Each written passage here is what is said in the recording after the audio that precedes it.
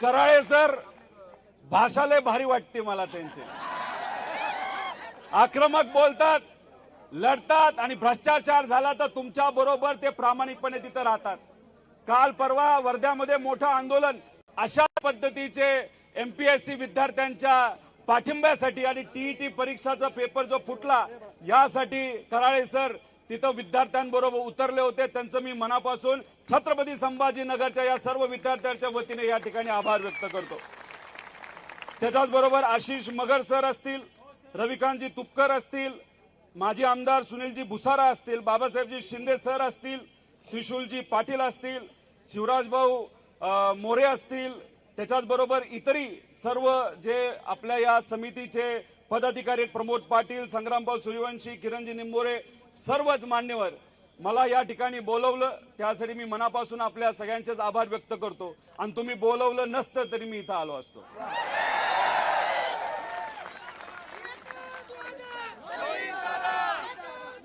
या छत्रपती संभाजीनगर याच्याबद्दल, या शहराबद्दल जेव्हा आपण विचार करतो, या नावाबद्दल जेव्हा विचार करतो, आपल्या सगळ्यांना संघर्ष दिसतो. छत्रपती संभाजी राजेंनी परप्रांतीयांचं आपल्या स्वराज्यावर जे काय आक्रमण होत होतं त्याच्या विरोधात लढा उभारला, संघर्ष केला. आपल्या जवळच्या लोकांनी गद्दारी केली, आपल्या सिस्टमच्या विरोधात सुद्धा त्यांना संघर्ष करावा लागला. तसंच तुमची परिस्थिती आहे. हे जे पेपर फोडणारे लोक आहेत ते सत्तेतले लोक आहेत, त्यांना आपण परप्रांतीय बोलायला काही हरकत नाही. आणि आपल्याला दुसरी कुठली अडचण आहे?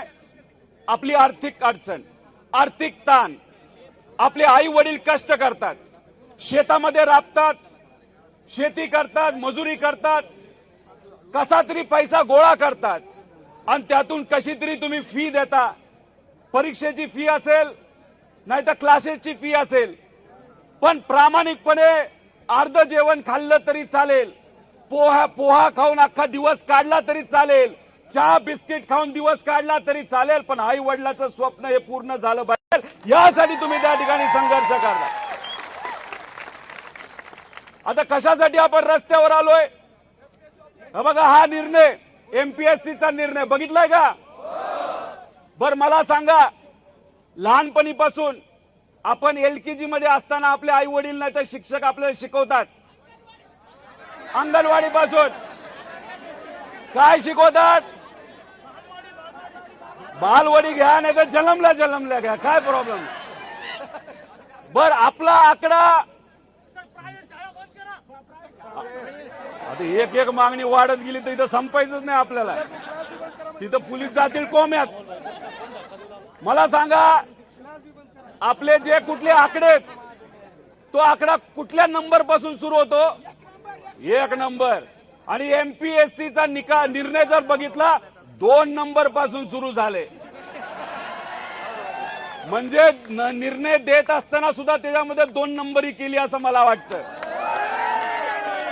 याचा जर तुम्ही पूर्ण अभ्यास केला, शेवटच्या पानावर कोणाची सही आहे? फक्त अध्यक्षाची सही आहे, बरोबर का नाही? अरे बाकी सदस्य कुठे गेले? बाकी सदस्यांची तुम्ही कधी सही घेणार? त्याच्यात अजून जर खोलात तुम्ही गेला, जर सगळं वाचलं, त्याच्यात सांगितलं आहे मध्य प्रदेशमध्ये, उत्तर प्रदेशमध्ये, बिहारमध्ये, तमिळनाडूमध्ये, केरळमध्ये अशाच पद्धतीने ऑनलाईन परीक्षा घेतल्या असं सांगितलंय.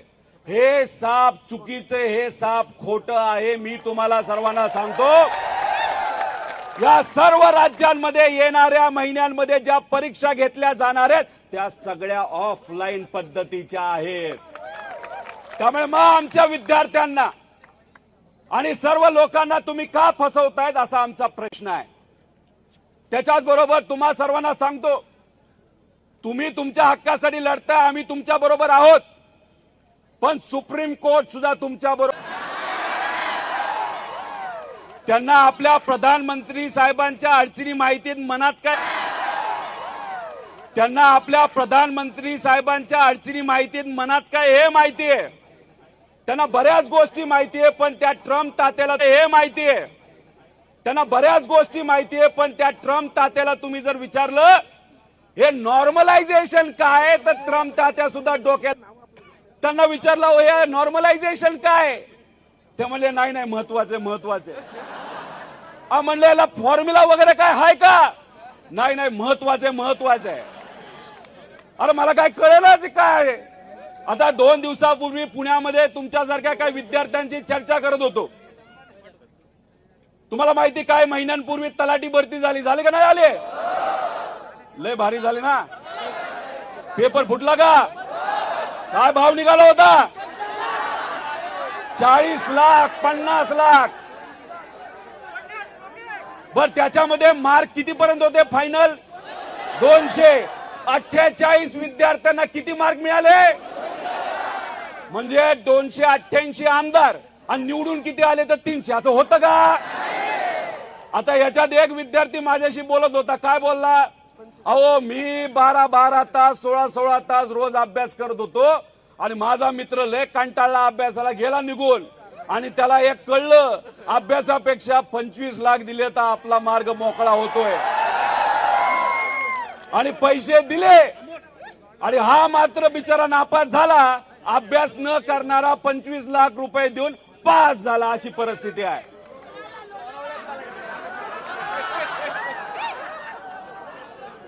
हे का ठेवलं गेलंय तुम्हाला सांगतो. नॉर्मलायझेशन त्याच्यामध्ये आपल्याला कन्फ्युजन व्हावं. तुम्ही जर बघितलं असेल, एक मुलगा मला बोलला, मी अभ्यास करायचो कितीतरी तास, मी तिथं लायब्ररीमध्ये बसायचो, मला मार्क पडले 92 आणि नॉर्मलायझेशनली ते झाले 110, आणि माझा भाऊ पुस्तक सुद्धा उघडत नव्हता, तो बसायचा दुकानावर, आणि वेळ आहे म्हणून दिली परीक्षा, त्याला मिळाले 80, आणि नॉर्मलायझेशनच्या नंतर तो गेला 160च्या पुढे. काय जेव्हा तुम्ही ओएमआरच म्हणतात ना, त्या परीक्षेमध्ये ब्लॅक अँड व्हाईट असतं सगळं, बरोबर का नाही. त्याच्यात कुणी गंडवागंडवी करू शकतं का. गेल्या 25 वर्षामध्ये एमपीएससीचा एक तरी पेपर फुटलाय का. आणि मग तशा पद्धतीने त्या ठिकाणी जर तुमच्यावर अन्याय झाला तर तुम्ही तुमचा कागद आन्सर शीट घेऊन कोर्टामध्ये जाऊ शकता, आयोगामध्ये जाऊ शकता. जाता का नाही जाऊ शकत. पण मग काय त्याला पर्याय काढून यांनी नॉर्मलायझेशनचं एक मोठं काहीतरी कॉन्सेप्ट आणले, आणि मग त्याच्या मागे लपून ज्या लोकांकडनं पैसे आलेत, ज्या लोक आपल्या विचाराचे आहेत, अशा लोकांना आत घेतलं जातं, दाखवलं जातं की नॉर्मलायझेशन झाल्यामुळे त्यांना जास्त मार्क पडले. अन्यायकारक आहे का नाही, आहे का नाही सांगा मला तुम्ही सांगा. जर पैसे देऊन एखादा अधिकारी माणूस झाला तर उद्या एखादा गरीब शेतकरी मजूर सामान्य व्यक्ती त्या अधिकाऱ्याकडे गेला, फुकटात सेवा देणार आहे का, पैसे घेणार का नाही घेणार. मग हे फक्त विद्यार्थ्यांची लढाई नसून सिस्टम मध्ये पैसे देऊन जे कोणी अधिकारी होतात त्यांच्या विरोधातली ही लढाई आहे. त्यासाठी ही लढाई अतिशय महत्वाची आहे. तुम्ही बघत असाल एका आमदाराची किंमत किती, एका किंमत किती. बर एवढे पैसे तुमच्याकडे आहेत ना, तुमच्याकडे नाही हो, सरकारकडे आहेत, नेत्यांकडे आहेत. मग आमच्या विद्यार्थ्यांकडनं 1000 रुपये घेण्याचं कारण काय. अहो मला एक मुलगा म्हणाला, एमपीएससीच्या मी 10 परीक्षा दिल्यात, 10 परीक्षाच्या 10 पेपर मी पास झालो, पण मी सरळच्या 12 परीक्षा दिलोय, एक सुद्धा पास झालो नाही. आणि याच्यात तो म्हणाला 12 ते 13,000 रुपये आम्हाला द्यावे लागले. तुम्ही 10वी 12वी देऊन आलेला आहात का नाही आलेला आहात. बर 10वीचे पेपर जेव्हा घेतात 10-12 लोकांचे, नाही तर 12वीचे घेतात ते काय ऑनलाईन घेतात का. म्हणजे त्याचा अर्थ तुम्हाला शाळा खोल्या देतात, बेंच देतात, वर्ग खोल्या देतात, आणि अख्ख्या महाराष्ट्रामध्ये एकदाच परीक्षा होती का नाही. मग 10-12 लाखाची ती परीक्षा होती, 12वीची होती. युपीएससीची परीक्षा 8 लाख विद्यार्थी त्याच्यासाठी बसतात, ती होती. आणि मग इथं तुम्ही कारण काय देता की नाही काय आहे ते प्रॉब्लेम होतो, पेपर फुटतो म्हणून आम्ही ऑनलाईन करायला चाललेलो आहोत. आता मला सांगा, कम्प्युटर लॅब असणाऱ्या असे किती क्लासेस आहेत, कमी आहेत का नाही. मग आता समजा एका पेपरला 100 प्रश्न असतील, आणि तुम्हाला समजा तिथं बघितलं तर 50 परीक्षा घ्यायच्या झाल्या तर किती प्रश्न काढावे लागतील? 5000 प्रश्न.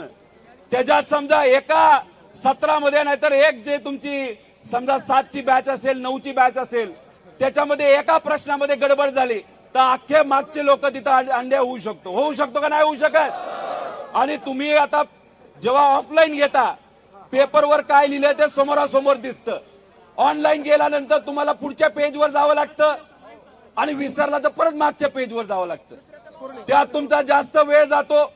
तर हे जे काय हे आपल्याला थांबवलं पाहिजे. त्याचं कारण असं आहे की सरकारमध्ये बसणाऱ्या काही लोकांना याच्यातून भ्रष्टाचार करायचा आहे, याच्यातून पैसा खायचा आहे आणि हे कुठेतरी आपण सर्वांनी आणून पाडायचंय. तुम्ही त्यांच्या ह्याच्यामध्ये दिलेल्या एका लिंकवर गेलाय का? कुठं जाती ती लिंक? TCS ला जाते. आता मला तुम्ही सांगा, विद्यार्थ्यांची परीक्षा पेपर तुमचा TCS बरोबर तुमचा कॉन्ट्रॅक्ट आधीच झालाय आणि TCS ला ताकद देण्यासाठी, TCS ला पैसे देण्यासाठी ही परीक्षा जर तुम्ही ऑनलाईन पद्धतीने आमच्यावर लादत असाल तर आम्ही सुद्धा मराठी माणसं आहोत. आम्ही कुठं घाबरणार नाही, लढल्याशिवाय राहणार नाही. TETच्या परीक्षेचं काय झालं? 6.5 लाख विद्यार्थी बसतात. अन्याय झाला का नाही झाला? त्याच्यामध्ये सुद्धा पेपर फुटला. दुर्दैव असं की काही लोकांनी मला सांगितलं की मंत्री महोदयांना सुद्धा माहित नव्हतं पेपर फुटला. त्याचं कारण असं आहे त्यांच्या खात्यामध्ये त्यांना कुठंच अधिकार नाहीये. दुसरीच लोक त्याच्यामध्ये तिथं लक्ष देत आहेत. त्यामुळे आपल्याला TET पेपरला बसणारे आमचे जे पुढचे सर्व शिक्षक आहेत त्यांच्या आपल्याला राहायचं का नाही राहायचं? पण TET वाल्या सगळ्या विद्यार्थ्यांना मला सांगायचंय, MPSC परीक्षेसाठी हे जे सर्व विद्यार्थी लढतायत त्यांच्या पाठीमागे तुम्ही राहणार का नाही राहणार? बरं, आपले काही विद्यार्थी नीट परीक्षेसाठी बसतात, तिथे पेपर फुटतो, त्यांच्या पाठीमागे तुम्ही सर्वजण संघटित राहणार का नाही राहणार? कारण का ही लढाई तुमची आहे, आपल्या सगळ्यांची, आणि आपण सर्वजण विद्यार्थी म्हणून या सर्वच विद्यार्थ्यांच्या पाठीमागे त्या ठिकाणी राहिलो तर नक्कीच कुठं ना कुठंतरी आपल्या सर्वांना यश मिळण्याशिवाय राहणार नाही. आता आज इथं आंदोलन झालं, नंतर ही कृती समिती आपल्या सर्वांना मार्गदर्शन करेल पुढचं आंदोलन कुठे. पण मला असं वाटतं त्याच्या आधी एक स्टॉप आपण पुण्याला घेऊया. पुण्याला घेऊया ना. आता वारी कधी संपती पुरी? 24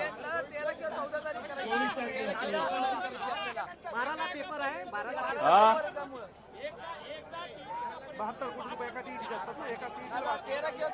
बघा, मला असं वाटतं आंदोलन करत असताना स्टेनोचा पण विषय महत्वाचा आहे. मी स्वतः राधा मॅडमला भेटलो होतो, बोललो होतो, मंत्र्यांना भेटलो. त्यांनी जो युक्तिवाद मला दिला, त्यांनी मला सांगितलं काय झालंय, आर्टिफिशियल इंटेलिजन्स आलेलं आहे. आता फोनवर बोललं तरी टायपिंग होतं, मग टायपिस्टची काय आपल्याला जरूरत आहे असं त्यांनी मला सांगितलं. पण त्यांनी काही सांगितलं तरी मी तुम्हाला आश्वासित करतो, तुमच्या सर्वांसाठी आम्ही लढणार आणि जिंकणार सुद्धा. 5 दिवसापूर्वी मुख्यमंत्री साहेबांना भेटलो तुमच्या विषयासाठी. ऑफलाईन परीक्षा घेण्यात यावी, ऑनलाईन घेऊ नये. चर्चा बरीच झाली. शेतकऱ्यांचा मुद्दा होता. त्याच्यानंतर मी त्यांना म्हणलो, साहेब विद्यार्थ्यांचा विरोध आहे, सर्व विद्यार्थी एकत्रित आलेले आहेत की कृपा करून तुम्ही ऑनलाईन घेऊ नका, तुम्ही ऑफलाईन घ्या. त्यांनी मला सांगितलं तुम्ही बोलत असाल आणि विद्यार्थी बोलत असतील तर आम्ही सकारात्मक आहोत. मला फक्त जाता जाता एकच सांगायचंय, राजकीय लोक जेव्हा म्हणतात ना सकारात्मक, त्याच्यावर अजिबात विश्वास ठेवू नका. पण गेल्या काही दिवसांमध्ये विदर्भामध्ये जिथं जिथं आंदोलन झालं, आज इथं जे आंदोलन होतंय, काल परवा लातूरमध्ये आंदोलन करण्याचा प्रयत्न केला, 140 कलम लावून टाकलं, तिथं वर्धेलाही लावलं, तरी तुमचं झालं. आता पोलीस प्रशासनाला सांगतो, पुढचं आंदोलन हे सर्व विद्यार्थी पुण्याला घेतील. तुम्हाला किती पोलीस आणायचे तेवढे आणा, तुम्हाला किती ताकद लावायची तेवढी लावा. आम्ही काय घाबरत नाही आणि आम्ही काय झुकणार. काय डायलॉग आहे ते कुठल्या तरी पिक्चरला? परत एकदा मागच्यांना विचारतो. त्यामुळे अधिकाऱ्यांशी पण आम्ही बोलतोय. एकनाथ शिंदे साहेबांबद्दल त्यांच्याशी पण बोलणं झालं आणि त्यांना पण सांगितलंय, मुख्यमंत्र्यांना साहेबांना पण सांगितलेलं आहे आणि सामान्य प्रशासनाच्या ज्या सेक्रेटरी आहेत त्यांना सुद्धा सांगितलेलं आहे की 12 तारखेपर्यंत आमची परीक्षा आहे विद्यार्थ्यांची आणि आम्ही सरकारला संधी देतो. लगेचच आम्ही आक्रमक होणार नाही. आम्ही शांततेत गोडीत सांगतो. पण आमच्या 12 तारखेच्या परीक्षा होऊस तर तुम्ही हे ऑनलाईन प्रकरण बंद नाही केलं तर मग सगळंच संपेल तुमचं. तुम्हाला परवडणार नाही. आणि इथं आम्ही भूमिका घेत असताना कुठेही राजकीय भूमिका घेत नाही. आम्ही तुमच्या बरोबर फक्त तुमचे कार्यकर्ते म्हणून याच्यामध्ये सहभाग तिथं घेत आलेलो आहोत. आणि राजकारण इतकं वंगाळ झालंय काय सांगू तुम्हाला. अजितदादा म्हणायचे हे जे नेते आहेत ना, आज इथं असतो नंतर तिथं असतो. पण 2029 ला तुम्ही सर्वजण महाराष्ट्राचे सामान्य लोक महाराष्ट्रामध्ये नक्कीच क्रांती करतील असा मला विश्वास आहे. त्यामुळे इथं जे विद्यार्थी नेते युवा नेते उभे आहेत ना बरेचसे, उद्या जाऊन प्रस्थापित लोकांना तिकीटच द्यायला नको. उद्या जर तुमचा आवाज अधिवेशनामध्ये भक्कमपणे मांडायचा असेल तर अशा लोकांना त्या ठिकाणी आपण उद्या जाऊन संधी दिली पाहिजे. फक्त कांगणे सर नाही, इथं कराळे सर आहेत, आपले साबळे सर आहेत, पलीकडे आहेत, सगळे आहेत. अभिजित भाऊ कुठे गेले? अभिजित भाऊ आहेत.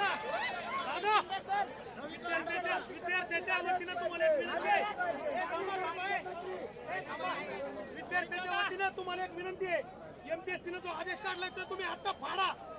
एमपीएससीने जो आपला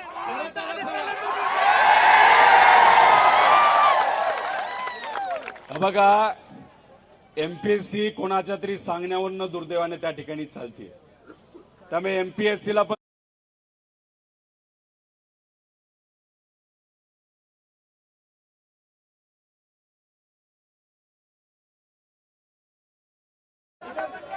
कारण का वन रक्षक सगळेच रे बाबा, सगळेच. त्यामुळे तुम्ही बघा, हे असंच ऑनलाईन काहीतरी करायला गेले. पोलीस भरतीची लोक इथे आहेत. एसआरपीएफचा एक पेपर फुटला होता माहिती ना. हे कुठला तरी क्लास कुठला काढला काय माहित. 75 सगळे क्वेश्चन, 85% सगळे तिकडचेच प्रश्न. काय असेल ते तो फुटला. तलाठी फुटला. आता पुणे महानगरपालिकेचा जेईचा पेपर फुटला. अरे किती म्हणजे काय झाले. हे सरकारच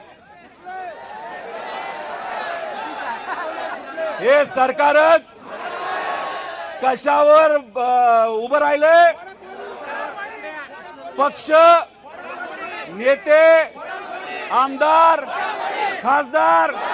त्यामुळे यांना काय वाटतं की पेपर फुटला पाहिजे. अरे तुम्हाला काय वाटतं त्याच्यापेक्षा आमच्या विद्यार्थ्यांना काय वाटतं हे महत्वाचं आहे. आम्हाला वाटतं हे ऑनलाईन परीक्षा तिथं नको, आमची ही ऑफलाईन तिथं पाहिजे.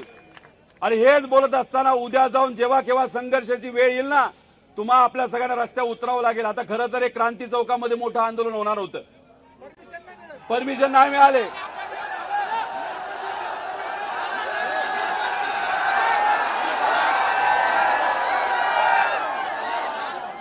थांबा ना, कांगणे सरांनी काय सांगितले. ये तो झाकी काय, ये तो झाकी है, ये तो झाकी है. कारण का 12 तारखेला तुमचा पेपर आहे.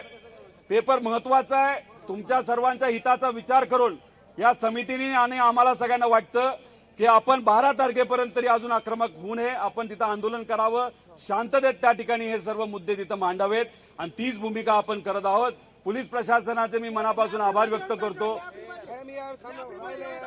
हा अरे बाबा सगळं माहितीये. काल परवा 3 दिवस झालं पोलीस अधिकारी लायब्ररीमध्ये जात आहेत आणि धमक्या देत आहेत. म्हणजे आम्हाला ईडीची धमकी दिली. आम्हाला सीबीआयची धमकी दिली आणि बिचारा लायब्ररीच्या मालकांना आणि आमच्या विद्यार्थ्यांना तुम्ही धमकी काय देता ते सेल्स टॅक्स आणि इन्कम टॅक्स. काय घाबरू नका, कुणी काय करू शकत नाही. आम्ही पंढरपूरला आंदोलन केलं, आम्हाला परवानगी नव्हती. आंदोलन झालं का नाही झालं? बरीदा छत्रपती संभाजीनगरमध्ये शेतकऱ्यांचं आंदोलन, परवानगी नव्हती, झालं का नाही झालं? हे आंदोलन झालं का नाही झालं? आता उद्या आर्मी आणा नाही तर काही करा, आम्ही कोणालाच घाबरत नाही. आम्ही आंदोलन करणार म्हणजे करणार. त्यामुळे सोशल मीडियावर जेवढं जास्त तुम्ही व्यक्त व्हाल तेवढं आपल्या सर्वांसाठी अतिशय महत्वाचं आहे. त्याच्याच बरोबर अजून लोकांना तुम्ही तिथं सांगा. आणि हे सर्व जे काही आपले विद्यार्थ्यांचे नेते आहेत त्यांच्या पाठीमागे तुम्ही राहा. आम्ही तुमच्या बरोबर आहोत आणि हेच एकजूट अशीच ठेवली तर विजय 100% आपला आहे. त्यामुळे विद्यार्थी एकजुटीचा हात वर करून, विद्यार्थी एकजुटीचा, विद्यार्थी एकजुटीचा. जय हिंद, जय महाराष्ट्र, जय विद्यार्थी.